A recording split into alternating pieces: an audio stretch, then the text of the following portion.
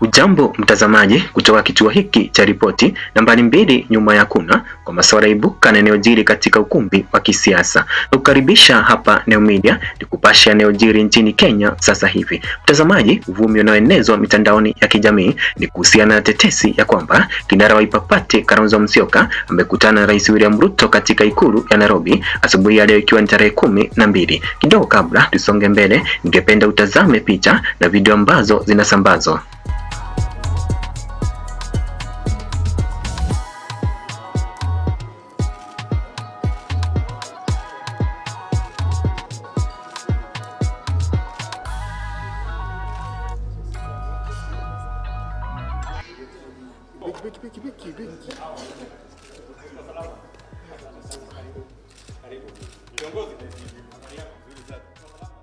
Kwa mujibu wa video inayoenezwa mitandaoni ya kijamii ni kuwa Kalonzo Musyoka kwa sasa yuko na kikao na Rais William Ruto. Lakini ukweli ni kwamba siku ya leo, kama ilivyochapishwa kwenye mitandao yake rasmi na katika kurasa yake ya Facebook, ni kuwa Rais William Ruto kwa wakati wa chapisho hili yuko eneo bunge la Dagoretti ambapo anaendeleza ziara yake ya wiki moja katika jiji kuu la Nairobi.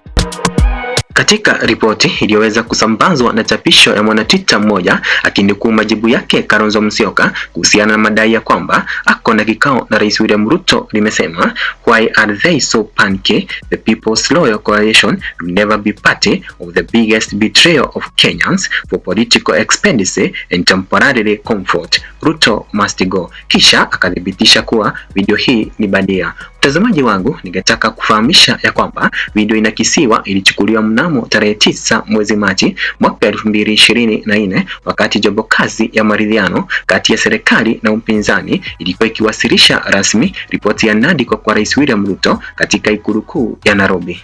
Je, mtazamo wako ni upi? Hata ingawa Kalonzo Musyoka amethibitisha kuwa video hii ni bandia, huenda kuna uwezekano wa kushuhudia haya siku zijazo. Na ni nani hasa anaeneza propaganda hizi akiwa na nia gani? Nijuze maoni yako kwenye sehemu ya maoni, kisha ukumbuke kubonyeza subscribe button. Hapa ni Neo Media.